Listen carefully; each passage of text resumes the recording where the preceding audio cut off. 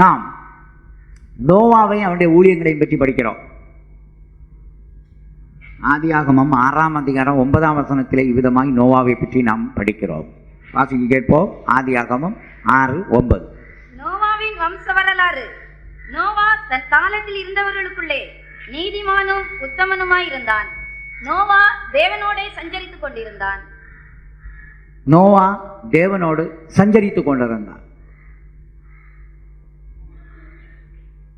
இந்த நோவா தேவனோடு சஞ்சரித்துக் கொண்டிருக்க அவன் உத்தமனாயிருந்திருக்கிறான், நீதிமானாயிருந்திருக்கிறான். ஆனால் அந்த நாட்களில் உள்ள ஜனங்கள் எப்படி இருந்தார்கள்? அவருடைய இருதயத்தின் நினைவின் தோற்றமெல்லாம் நித்தமும் பொல்லாதாய் காணப்பட்டிருக்கிறார். ஆண்டவர் சொல்லுகிறார், மனிதனுடைய இருதயத்தின் நினைவின் தோற்றமெல்லாம் சிறு வயது தொடங்கி பொல்லாதாய் இருக்கிறார். சிறு வயது தொடங்கி பொல்லாதாய் இருக்கிறார்.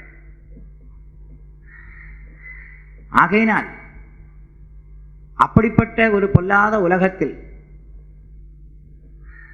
மனுஷனுடைய இருதயத்தின் நினைவின் தோற்றமெல்லாம் நித்தமும் பொல்லாதாக இருந்ததான அந்த நாட்களிலே இந்த நோவா நீதிமானும் உத்தமனும் தேவனோடு சஞ்சரிக்கக்கூடியவனுமாயிருந்திருக்கிறான். இப்படி மனுஷனுடைய இருதயத்தின் நினைவின் தோற்றமெல்லாம் நித்தமும் பொல்லாதாக இருக்கும் பொழுது தேவனுடைய ஆவியானவர் என்ன செய்தார்? மனிதனோடு போராடி கொண்டிருந்திருக்கிறார்.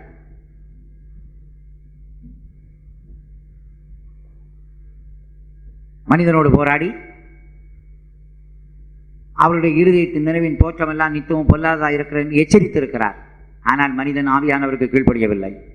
ஆகையினால் கர்த்தர் சொல்லிவிட்டார், என்னுடைய ஆவி எப்போதும் மனுஷனோடு என்ன செய்வதில்லை? போராடுவதில்லை. என்னுடைய ஆவி எப்போதும் மனுஷனோடு போராடுவதில்லை.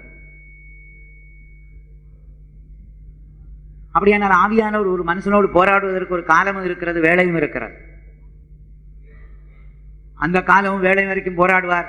அதற்கு பிறகு மனுஷன் கீழ்ப்படியாமல் இருந்தால், ஆவியானவருக்கு ஒப்புக் கொடுக்காவிட்டால், அதற்கு பிறகு ஆவியானவர் போராட மாட்டார்.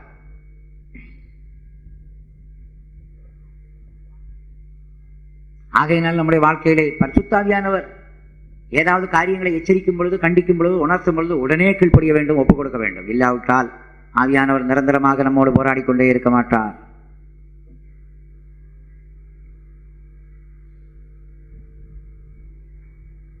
சவுலை விட்டு கர்த்தர் ஆவியானவர் விலகினார் என்று சொல்லி இருக்கிறார். இதுபோல சில நேரங்களில் கர்த்தரை ஆவிக்கு நாம் கீழ்ப்படியாவிட்டால் ஆவியானவர் நம்மை விட்டு விலகி விடுவார்.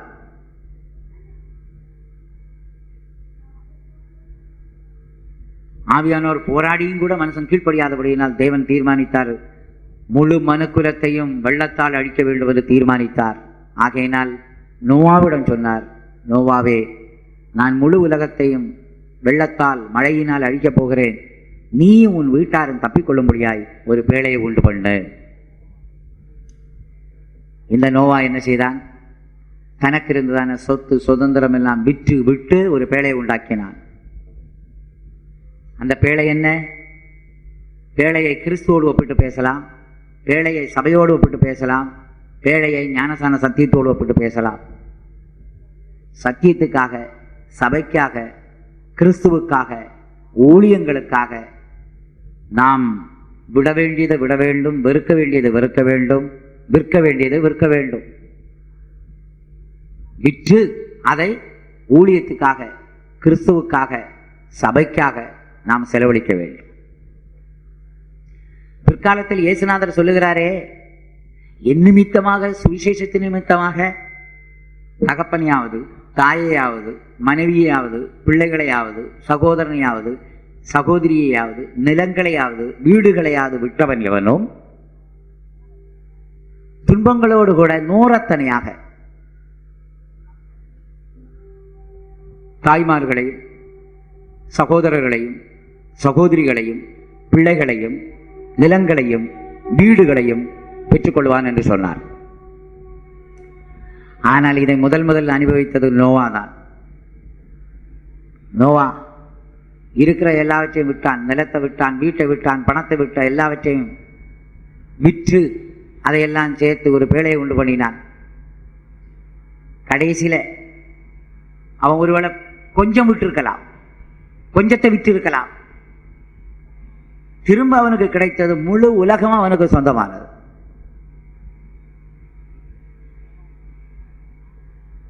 நோவாவின் வீட்டார் ஆக மொத்தம் 8 பேர்.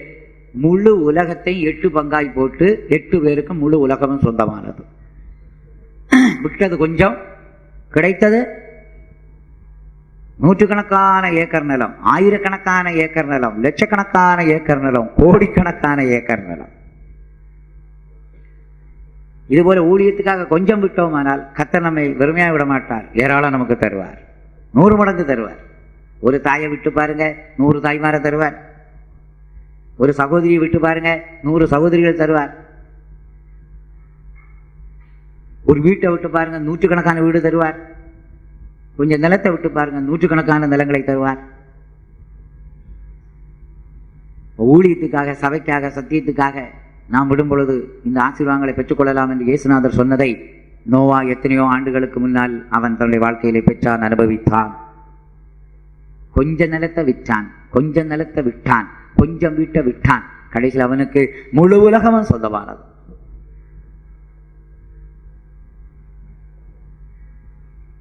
இந்த பேழையை உண்டாக்கி கர்த்தர் சொன்னார், அந்த பேழையிலே சுத்தமான மிருகங்களும் சுத்தமான பறவைகளும் 7 ஜோடிகளை சேர்த்துக்கொள், அசுத்தமான மிருகங்களும் அசுத்தமான பறவைகளும் ஒவ்வொரு ஜோடிகளை சேர்த்துக்கொள் என்று சொன்னார்.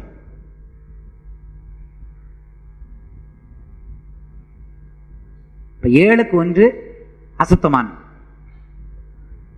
இதிலிருந்து என்ன பாடம் படிக்கிறோம் என்றால், சபையிலும் கூட எல்லாரும் நல்லவர்கள் என்று சொல்ல முடியாது. ஒருவர் என்னிடம் கேட்டார், ஐயா உங்க சபைக்கு வர்ற எல்லாரும் நல்லவங்களான்னு கேட்டார். நான் சொன்னேன் 7க்கு 1 மோசமா இருக்கும்னு சொன்னேன். அவர் ஒரு பேர் கிறிஸ்தவர். அப்போ கேட்டார், எந்த கணக்கின்படி சொல்றீங்க? நான் சொன்னேன், நோவாவின் பேழையை வைத்து சொல்லுகிறேன். 7 ஜோடி நல்ல மிருகங்கள், 7 ஜோடி நல்ல பறவைகளுக்கு 1 ஜோடி அசுத்தமான மிருகமும் அசுத்தமான பறவைகளும் வரும் என்று பேழையில் சொல்லப்பட்டிருக்கிறபடியினால் சபையிலும் கூட 7க்கு 1 மோசமா இருக்கும்னு சொன்னேன். இதை கேள்விப்பட்ட அருமையான விசுவாசிகள், சரி நாங்க 7க்கு 1 மோசம், தேவனுடைய ஊழியர்கள் எத்தனை பேருக்கு எத்தனை மோசம்னு கேட்டாங்க. நான் சொன்னேன் 12க்கு 1 மோசமா இருக்கும்.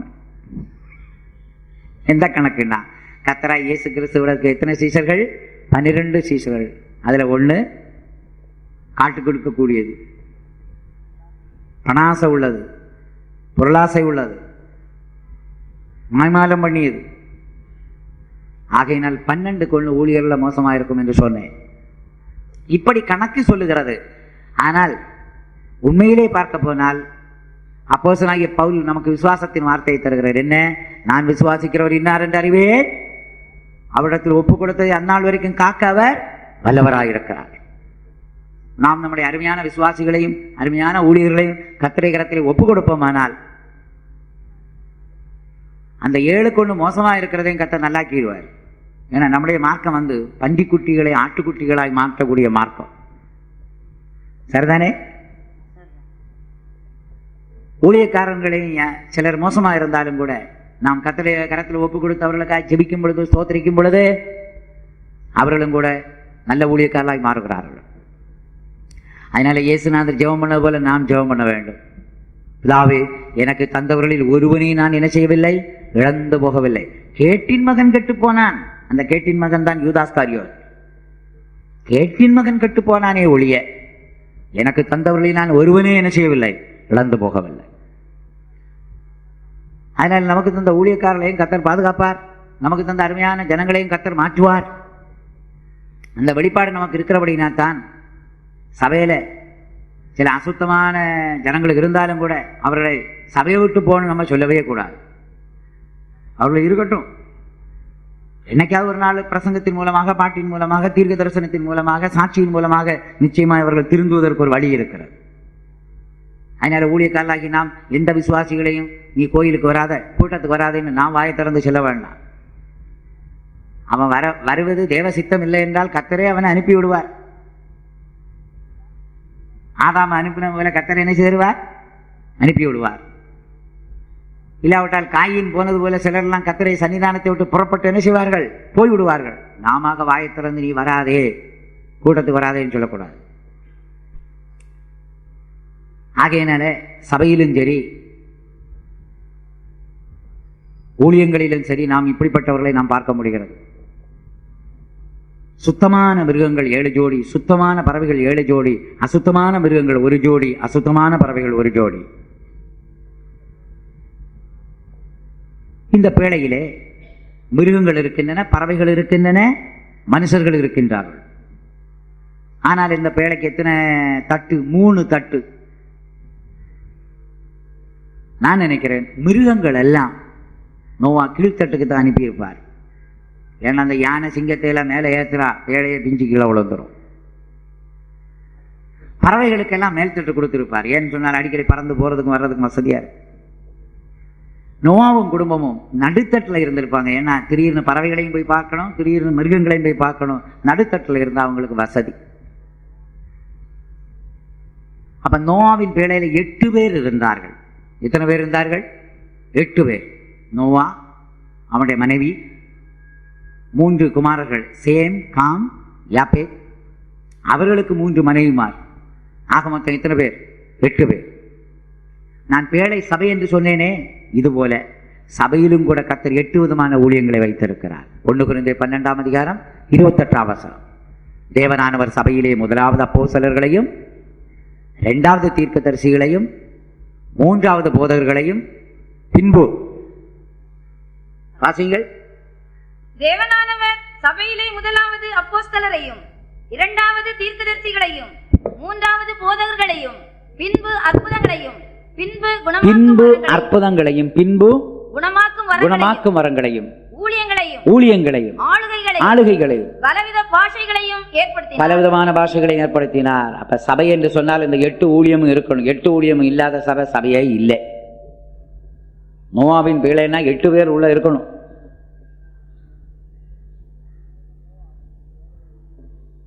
அப்ப இந்த நோவாவும் மற்ற 7 பேரும் சேர்ந்து பறவைகளை கவனிக்கணும், மிருகங்களை கவனிக்கணும், அவங்களுக்கு தேவையான ஆகாரங்களை அவ்வப்போது போட்டுக்கொண்டே இருக்கணும். இப்ப சபையிலும் 8 விதமான ஊழியங்களை கர்த்தர் வைத்திருக்கிறார்.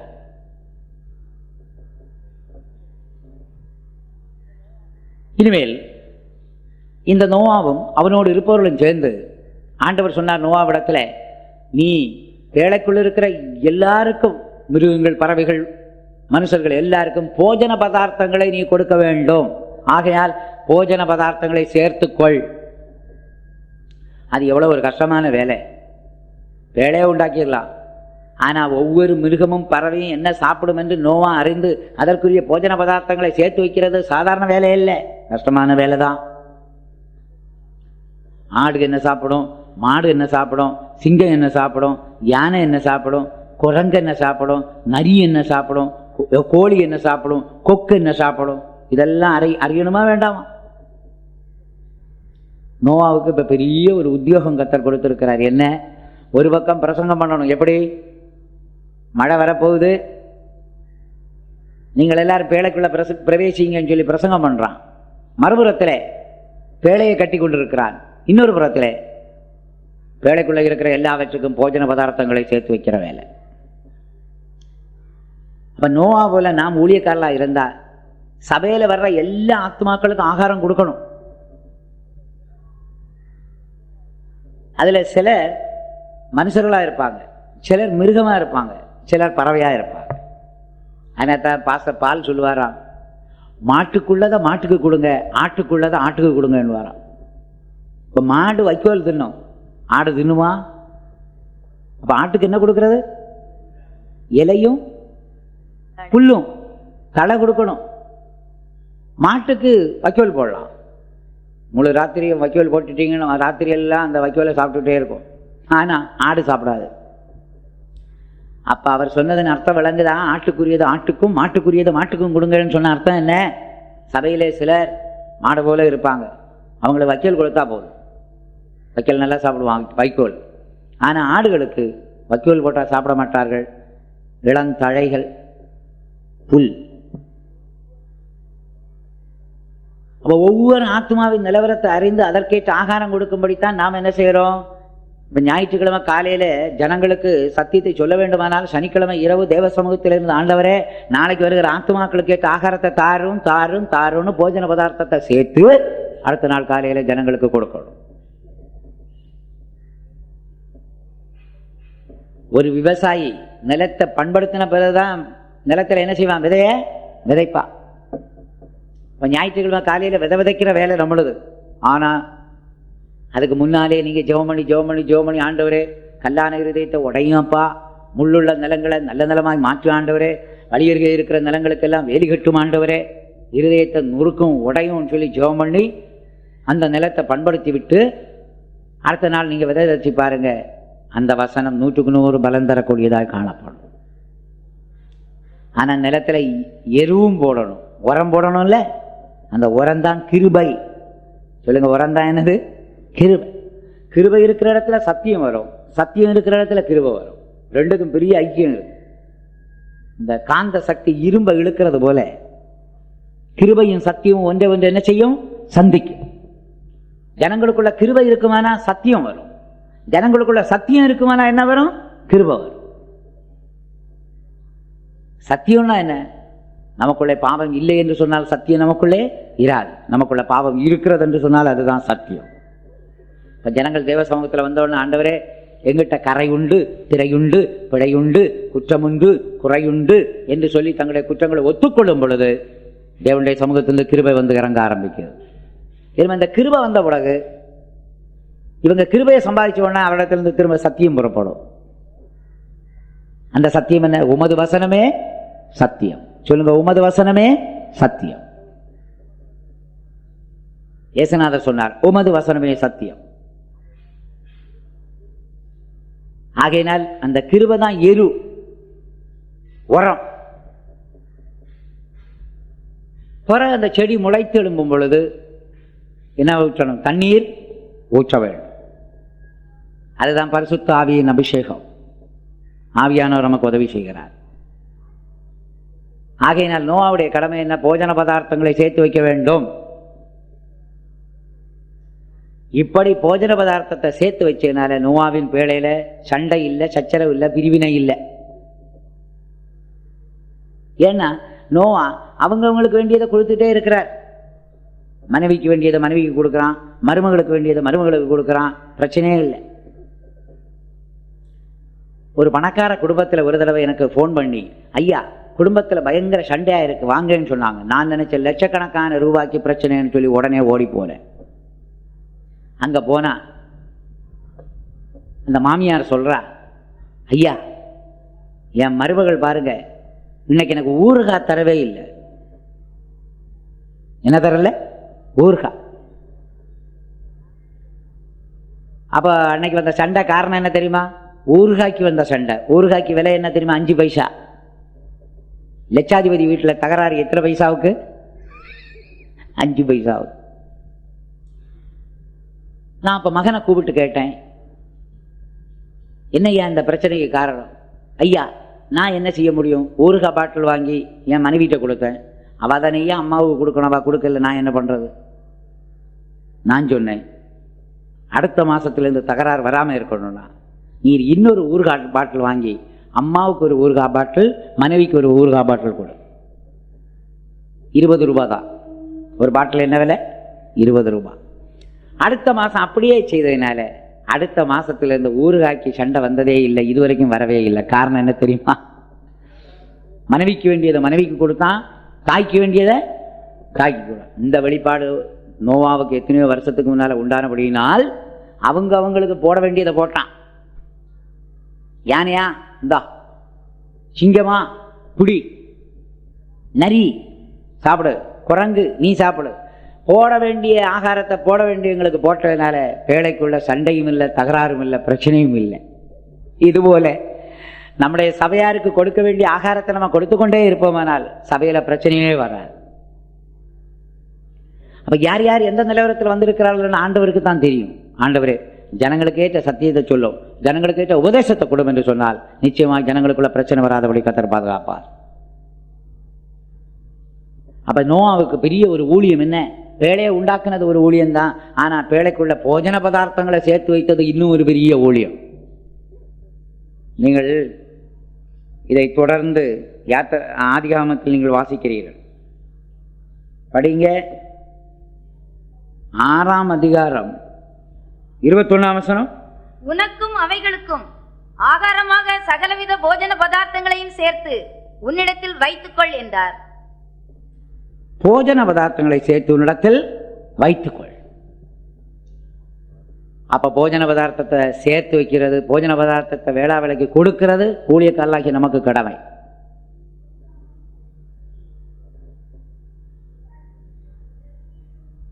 இனிமேல் நல்ல உக்ரானக்காரன் தன்னுடைய பொக்கிஷத்திலிருந்து பழையதையும் புதியதையும் எடுத்து கொடுக்கிறான் என்று கர்த்தராகிய இயேசு சொன்னார் அல்லவா? நல்ல உக்ரானக்காரன் தன்னுடைய பொக்கிஷத்திலிருந்து பழையதையும் புதியதையும் எடுத்து கொடுக்கிறான். ஆகாரங்கள்ல கூட சிலது பழையதா இருந்தா தான் ரொம்ப டேஸ்டா இருக்கும். கன்னியாகுமரியில சாப்பிட்டு கொண்டிருக்கும் பொழுது ஒரு அம்மா சொல்லிச்சு, பக்கத்து இலையில அவியல் வைக்கிறாங்க, எனக்கு வைக்கல. அப்ப அவங்க சொல்றாங்க, ஐயா இது நேத்தைக்குள்ள அவியல், ஆனா நேத்தைக்குள்ள அவியல் ஆனதுனால இது ரொம்ப டேஸ்டா இருக்கும், உங்களுக்கு பிடிக்குமோ என்ன தெரியாது. நான் சொன்ன கொடுங்க. அப்ப அவங்க சொல்றாங்க, அவியல் பழசானா தான் ரொம்ப ருசியா இருக்கும். இது கன்னியாகுமரியில உள்ள அனுபவம். கேரளாவுக்கு போன நேரத்துல மீன் இருக்க, மீன் கொஞ்சம் நம்ம அதை குழம்பு வச்சு கொஞ்சம் பழசாகி போனா ரொம்ப ருசியா இருக்கும்னு சொன்னாங்க. அதனால அவங்க ஒரு விதமான மீன் எடுத்து வச்சு சொல்றாங்க, இது எப்ப செய்தது தெரியுமா? 2 மாசத்துக்கு முன்னால செய்ததுனாங்க. அவங்க அதை ஒரு பக்குவமா செய்து என்ன செய்துறாங்க, மேலே வச்சிடறாங்க. மேலே வச்சுட்டு அந்த கன்வென்ஷன் நேரம் தான் அது இறக்குவாங்க, இறக்கி கொடுப்பாங்க. ரொம்ப டேஸ்டா இருக்கும். அது பக்குவமா செய்யணும். சும்மா பக்குவம் இல்லாமல் செய்துன்னு சொன்னா 2 நாள் கூட இருக்காது. இனிமே இந்த தயிர் மோரெல்லாம் சூடான பால் உடனே தயிராயிடுமா மோராயிடுமா? கொஞ்சம் என்ன செய்யணும், அது ஆறணும், பழசாகணும். அப்ப சில பொருள் எல்லாம் பழசு நல்லா இருக்கு, சிலதெல்லாம் என்னது நல்லா இருக்கும். அதுபோல சிலர்லாம் அந்த பழைய சோறு சாப்பிட்டு பழகினவங்களுக்கு கரெக்டா கேட்குறாங்க. ஒரு பிரான்ஸுக்கு போன ஒரு பாஸ்டர் சொன்னாரு, பிரான்ஸ்ல எனக்கு பழைய சோறே கிடைக்க மாட்டேங்குது, ரசமும் கிடைக்க மாட்டேங்குது, அதனால எங்கேயாவது பழைய சோறு கிடைக்குமான்னு கேட்டார். பழைய சோறு, ரசம், கத்திரிக்காய் குழம்பு. அப்ப அவர் ஊழியம் செய்த சபையில சிஸ்டர்ஸ் வந்து இது கொடுக்க மாட்டேன்ட்டாங்களாம். அப்ப இவர் சொன்னாராம், நீங்க எல்லாம் ஜெபத்துல உட்காருங்க, நானே கிச்சன்ல இருந்து சாப்பிட்டுக்கிறேன். கடைசியில் கிச்சனுக்குள்ள அவர் போய் பழைய சோறு, கத்திரிக்காய் குழம்பு, ரசம் எல்லாம் போட்டு சாப்பிட்டுட்டு நிம்மதியா வந்து உட்கார்ந்துட்டார். அப்ப இதெல்லாம் பழசா இருந்தா தான் நல்லா இருக்கும். சிலது வந்து சூடா சாப்பிடணும், சூடா இருந்தா தான் டேஸ்டா இருக்கும், இல்லைன்னா சரி வராது. என்னெல்லாம் சூடா இருந்தா நல்லா இருக்கும்? தோசை எல்லாம் சூடா சாப்பிடணும்ல, இட்லியும் சூடா இருக்கணும்ல, சப்பாத்தி சூடு, பூரி எல்லாம் சூடா இருக்கணும், அப்பளம் சூடா இருக்கணும். 2 நாள் வச்சுட்டு சாப்பிட்டா எப்படி இருக்கும்? அதனால சிலது சூடா சாப்பிடணும், சிலது பழசா சாப்பிடணும். இயேசுநாதர் சொல்றார், நல்ல உக்ரானக்காரன் தன்னுடைய பொக்கிஷத்திலிருந்து பழையதையும் கொடுக்கிறான், புதிதையும் கொடுக்கிறான். அந்த பழையது என்ன தெரியுமா? உபதேசம் பழையது, வெளிப்பாடு புதியது. உபதேசம் பழையதுதான். இயேசு சொன்ன உபதேசம் தான் அப்போஸ்தலர்கள் சொன்னார்கள். அப்போஸ்தலர் சொன்ன உபதேசத்தை தான் நாமும் சொல்றோம். அதை யாரும் மாற்ற முடியாது. மனம் திரும்புதலின் உபதேசத்தை மாற்ற முடியுமா? ஞானசான உபதேசத்தை மாற்ற முடியுமா? பரிசுத்தாவின் உபதேசத்தை மாற்ற முடியாது. பாடுகளின் ஜீவியம், தெய்வீக ஆரோக்கியம், தெய்வீக சுகம், வெற்றியின் வாழ்க்கை, வருகையை பற்றியுள்ள உபதேசத்தை யாரும் மாற்ற முடியாது. உபதேசத்தை யாரும் மாற்றக்கூடாது, மாற்ற மாட்டாங்க.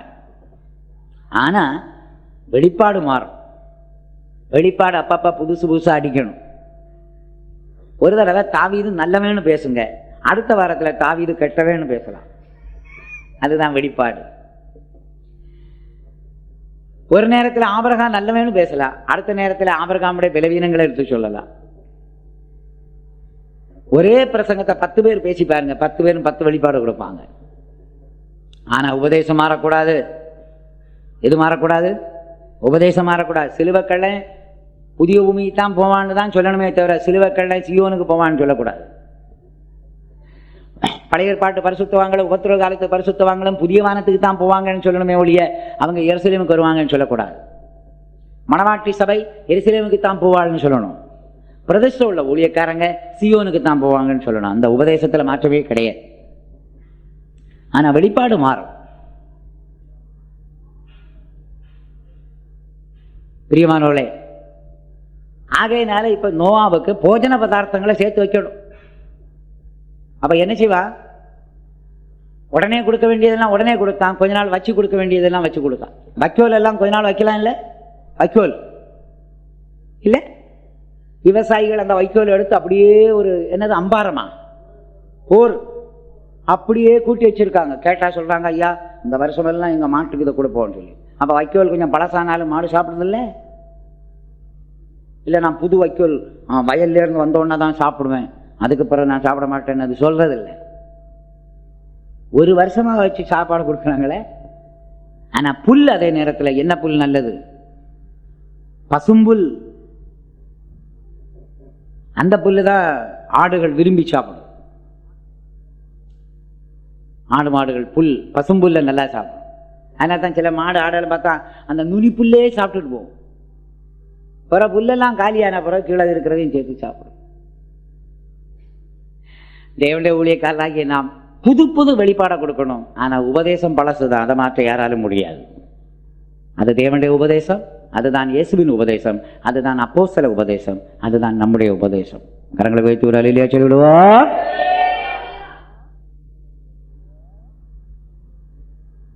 இனிமேல் 6ஆம் அதிகாரம் கடைசி வசனத்தில் என்ன சொல்லி இருக்கிறது? நோவா கர்த்தர் கட்டளையிட்டபடி எல்லாம் செய்து முடித்தான். அப்படியே செய்தான். தேவன் தனக்கு கட்டளையிட்டபடி எல்லாம் அவன் செய்து முடித்தான். தேவன் தனக்கு கட்டளையிட்டபடி எல்லாம் அவன் செய்து முடித்தான். அப்ப தேவனுடைய ஊழியக்காரங்க நோவா செய்தது போல தேவ சித்தம் செய்யணும். கர்த்தர் என்ன கட்டளையிடுகிறாரோ அதன்படி செய்யணும். அது மட்டுமல்ல, நோவாவுக்கு ஒரு ஆளுகை இருந்தது. என்ன ஆளுகை? வேலைக்குள்ள வந்த மிருகங்கள் பறவைகள் எல்லாம் நோவாவுக்கு சொல்லுக்கு கீழ்ப்படிந்து நோவா எந்த அறையில இருக்க சொன்னானோ அந்த அறையில போய் இருந்தன. நான் சொன்னேன், அந்த பேழைக்கு 3 தட்டுகள், ஆனால் பல அறைகள். அந்த 3 தட்டுகள், மேல் தட்டு பறவைகளுக்கும், நடுத்தட்டு தன் குடும்பத்திற்கும், கீழ்த்தட்டு மிருகங்களுக்கும் என்று சொன்னேன். ஆனால் ஒவ்வொரு தட்டிலும் அறை இருந்தது. அப்ப ஒவ்வொரு மிருகம் வந்து நோவாட்ட கேட்கும், நாங்க எந்த அறையில இருக்கணும். அவன் அலாட் பண்ணுவான். உதாரணமா அவன் எந்த நம்பர் எந்த மிருகத்துக்கு கொடுத்தான்னு எனக்கு தெரியாது, உதாரணம் சொல்றேன். சிங்கம் வந்து கேட்குது, ஐயா என் ரூம் நம்பர் என்ன? நம்பர் 1. யானை வந்து கேட்குது, எனக்கு எங்க? நம்பர் 2. ஓகே. கரடி வந்து கேட்குது, உனக்கு 3. இப்படி ஒவ்வொன்றுக்கு அலாட் பண்ணி கடைசியில் நரி வந்து கேட்குது, எனக்கு ரூம் நம்பர் எத்தனை? 11. கொஞ்சம் கோழிக்கு பக்கத்தில் அலாட் பண்ணுவீங்களா? சாப்பிட மாட்டேன், கொஞ்சம் பார்த்துக்கிறேன். ஏன்னா பேழைக்குள்ள வந்து கோழியை அடிக்கக்கூடாது எனக்கு தெரியுது, ஆனால் கொஞ்சம் பார்க்கறதுக்காக பெர்மிஷன் தரக்கூடாது. நோ, அதுக்கு கூட பெர்மிஷன் கொடுக்கல. கோழிக்கெல்லாம் அப்ஸ்டேர் தான், உனக்கு டவுன் ஸ்டேர் தான். பூனை வந்து கேட்குது, எனக்கு எங்க? நம்பர் 15. அப்ப எலிக்கு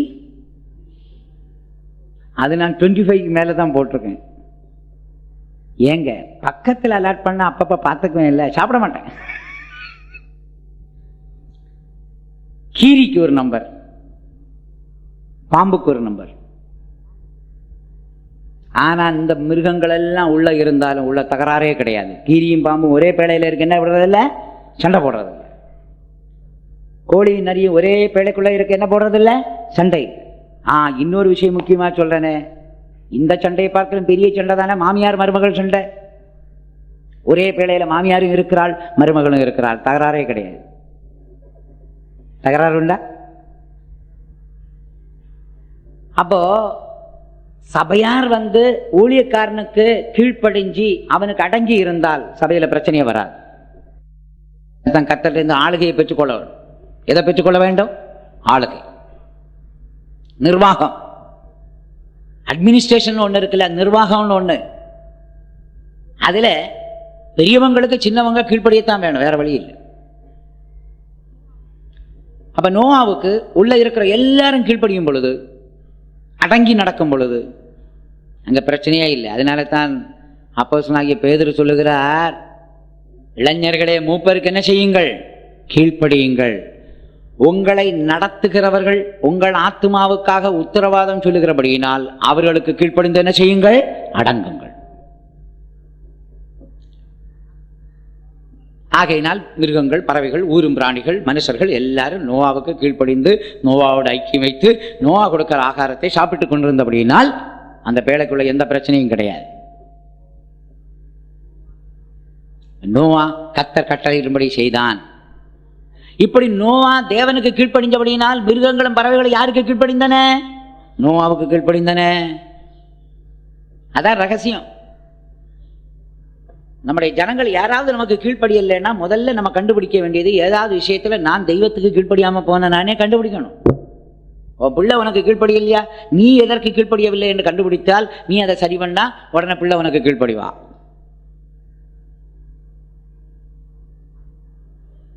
ஆகையினால் கீழ்ப்படிதல் ரகசியம் அதுதான்.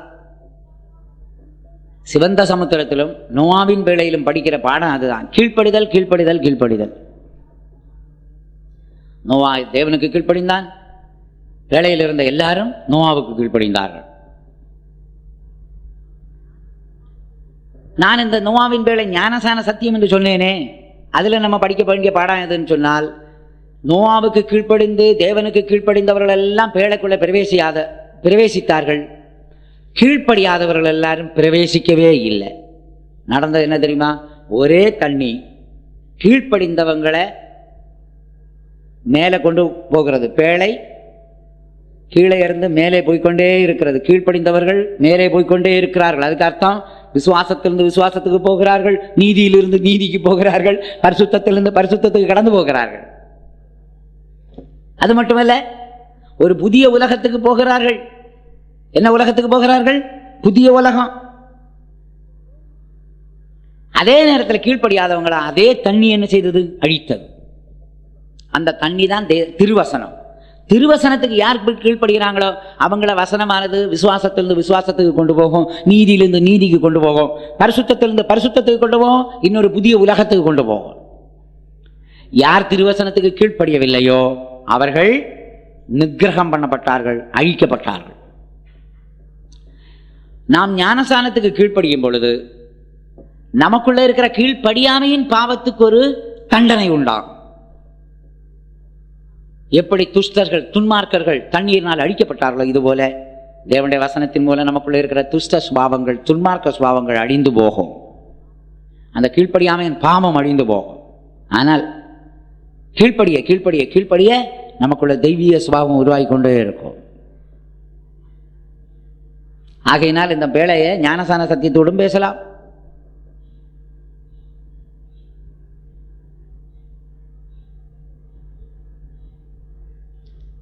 இந்த பேழையை சபையோடு பேசுகிறோம், ஞானசான சத்தியத்தோடு நாம் பேசுகிறோம்,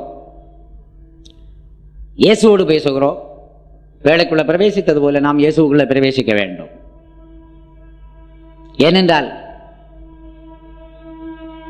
பிரவேசிக்க வேண்டியவங்கெல்லாம் பிரவேசித்தோடனே கர்த்தர் பேழையை அடைத்து பூட்டினார். திறவுகோல் யார்கிட்ட இருக்குது? பேழைக்கிட்டே, தேவன்கிட்டயா? தேவன் தான் கதவை அடைத்தார், பூட்டினார். காரணம் அவருக்கு தெரியும், இந்த நோவா இறக்கம் பாராட்டி யாரையாவது சிலரை உள்ளே ஏற்றிடுவான். பேழையை உண்டு பண்ண கார்பெண்டர் கடைசி நேரத்தில், நோவா நான் தானே பேழையை உண்டாக்குனேன், கொஞ்சம் சலுகை, நீ சொன்னதை நான் நம்பலை, இப்போ மழை வந்த பிறகுதான் நான் நம்பினேன்.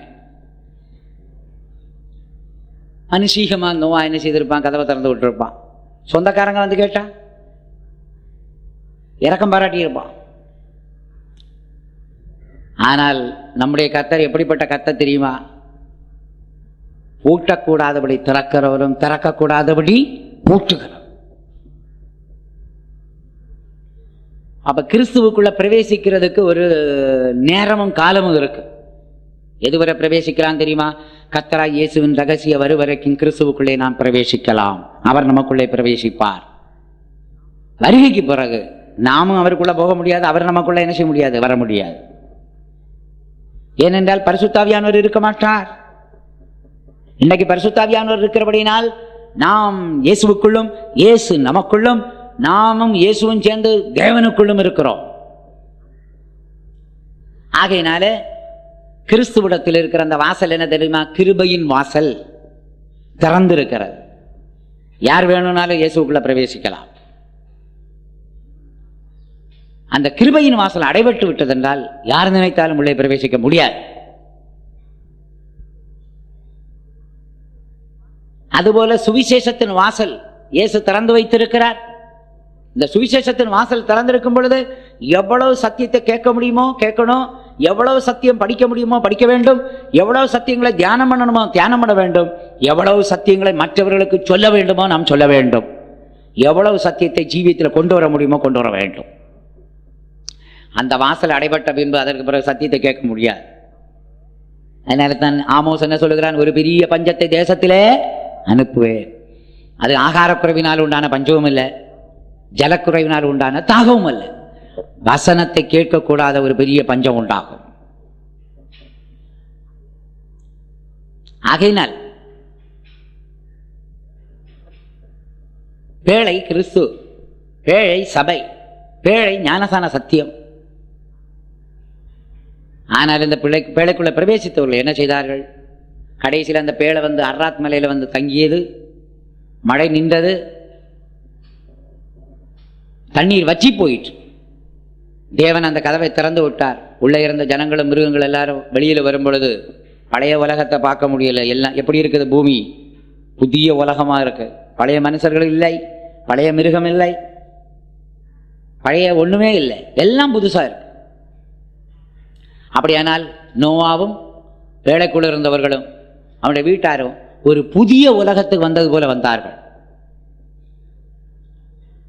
இதுபோல பேழையானது நம்மை ஒரு புதிய உலகத்துக்கு கொண்டு போகிறது. கிறிஸ்து நம்மை புதிய உலகத்துக்கு கொண்டு போகிறார். ஞானசான சத்தியம் ஒரு புதிதான ஜீவன் உள்ளவர்களாய் நடந்து கொள்ளும்படி நமக்கு உதவி செய்கிறது.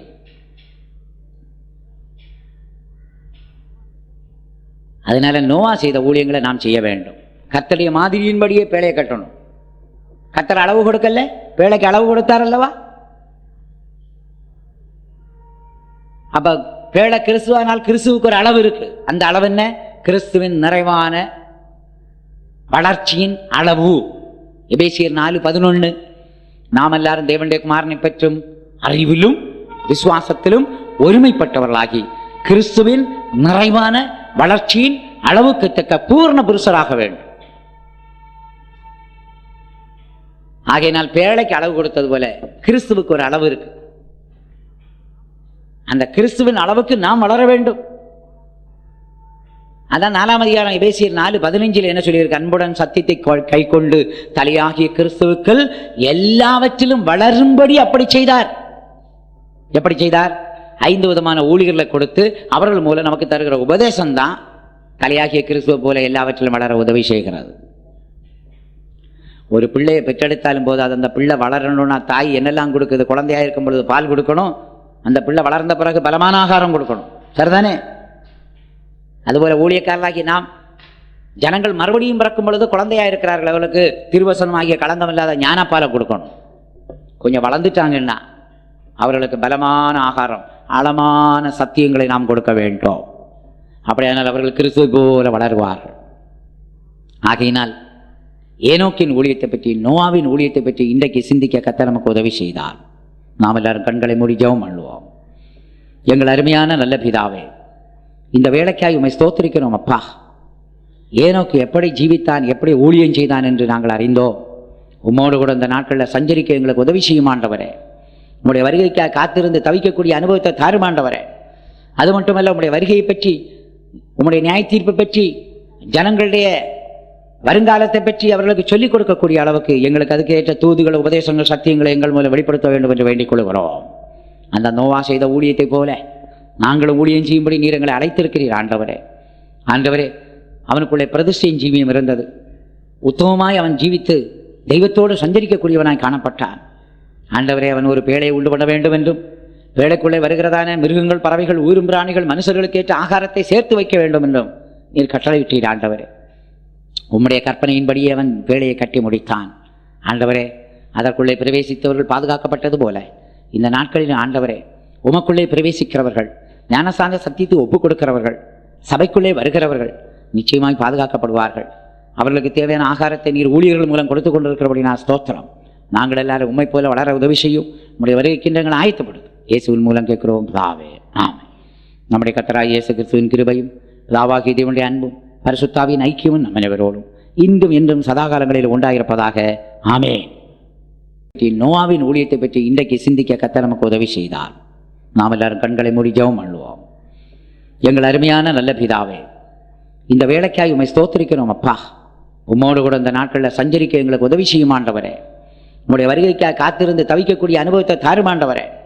அது மட்டுமல்ல, உம்முடைய வருகையை பற்றி, உம்முடைய நியாய தீர்ப்பை பற்றி, ஜனங்களுடைய வருங்காலத்தை பற்றி அவர்களுக்கு சொல்லிக் கொடுக்கக்கூடிய அளவுக்கு எங்களுக்கு அதுக்கு ஏற்ற தூதுகள், உபதேசங்கள், சத்தியங்களை எங்கள் மூலம் வெளிப்படுத்த வேண்டும் என்று வேண்டிக் கொள்கிறோம்.